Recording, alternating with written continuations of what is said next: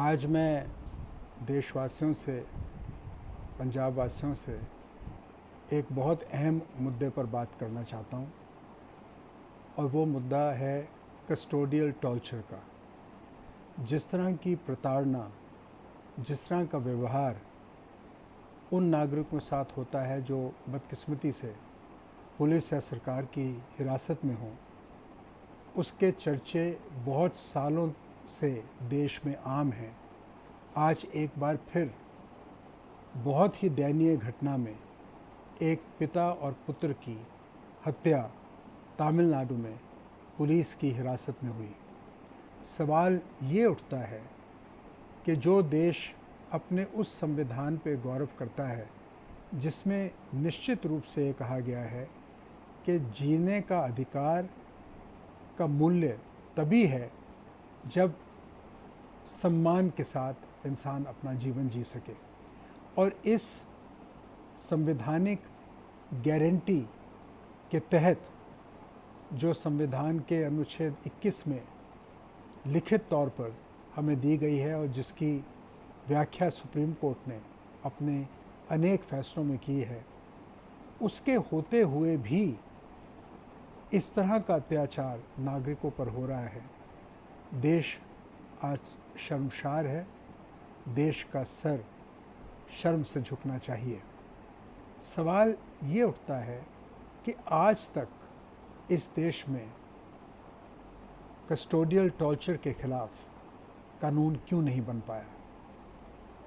मैं इसलिए ये विषय उठा रहा हूँ देशवासियों के सामने क्योंकि 2010 में राज्यसभा की एक सिलेक्ट कमेटी को, जिसका मैं अध्यक्ष बनाया गया था, उसको ये ज़िम्मा सौंपा गया था कि देश में टॉर्चर के खिलाफ एक व्यापक कानून को लाया जाए, जिस कानून के चलते ये हम सुनिश्चित कर सकें कि नागरिकों के मूल अधिकारों का, उनके सम्मान का टॉर्चर के माध्यम से हनन ना हो। आज 2020 में 10 साल के इंतज़ार के बाद भी हमें ऐसा कानून नहीं मिल सका। 2015-16 में सुप्रीम कोर्ट को मैंने एक पिटीशन दायर करके इस विषय के बारे में विचार करने को कहा था। उनसे आग्रह किया था कि सुप्रीम कोर्ट अपने विशेष अधिकारों का इस्तेमाल करके सरकार को ये हिदायत दे कि जो कानून 2010 में तजवीज़ किया गया था पार्लियामेंट की सिलेक्ट कमेटी के माध्यम से, उसको देश में लागू किया जाए। इस पिटीशन की सुनवाई के दौरान देश की ह्यूमन राइट्स कमीशन ने इस कानून का समर्थन किया, देश की लॉ कमीशन ने इस कानून का समर्थन किया, मगर पार्लियामेंट, ह्यूमन राइट्स कमीशन और लॉ कमीशन के समर्थन के बावजूद, संविधान के अनुच्छेद 21 के बावजूद, सुप्रीम कोर्ट के फैसलों के बावजूद आज भी देश में जो हिरासत में प्रताड़ना नागरिकों की हो रही है कम नहीं हुई और कानून नहीं बन पाया। इसकी क्या वजह है? ये क्यों नहीं हो पाया? इसकी तय पर तक जाने की ज़रूरत तो है, मगर बिना किसी और विलंब के हमारे नागरिकों के साथ ऐसा सलूक पुलिस की हिरासत में ना हो, सरकारी हिरासत में ना हो, इसको सुनिश्चित करने के लिए जल्द से जल्द देश में ऐसा कानून लागू होना चाहिए।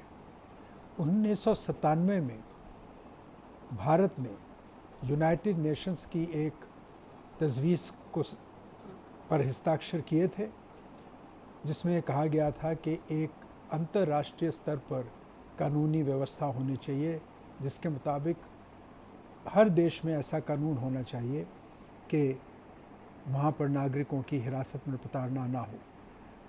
1997 में इन दस्तखतों के बावजूद भी हम अपने देश में ऐसा कानून नहीं लागू कर सके, और क्योंकि देश में ऐसा कानून नहीं है, इसलिए हम यूएन द्वारा स्पॉन्सर संधि पर भी को भी रेटिफाई नहीं कर सके। उसका पूरा अनुमोदन नहीं कर सके। देश की इस मसले को लेकर कई बार यूनाइटेड नेशंस के ह्यूमन राइट्स कमीशन के सेशंस में भर्त्सना हुई है, मगर फिर भी सरकारें इस बहुत ही ज़रूरी कानून को लाने में नाकाम रही हैं। 26 जून को यानी कल, जो एंटी टॉर्चर दिवस के रूप में सारी दुनिया में मनाया जाता है, हमको ये फैसला करना चाहिए कि अगर देश के संविधान के मुताबिक हर व्यक्ति का सम्मान और उसकी गरिमा एक प्रमुख संवैधानिक और राष्ट्र का उद्देश्य है, तो फिर हर सूरत हाल में हमको देश में ऐसा कानून बनाना चाहिए। मैं उम्मीद करता हूँ कि तमिलनाडु में जो घटना घटी है, ये सरकार को ज़रूर विवश करेगी कि इस तरह के कानून लाने की ज़रूरत पर पुनर्विचार करके देश की संसद में ऐसा कानून लाएं जिससे हम ये भविष्य में सुनिश्चित कर सकें कि किसी नागरिक, किसी व्यक्ति के सम्मान के साथ ना खिलवाड़ हो, उसकी हिरासत में प्रताड़ना ना हो। ऐसा ही भारत जैसे महान देश से दुनिया अपेक्षा करती है। धन्यवाद। जय हिंद।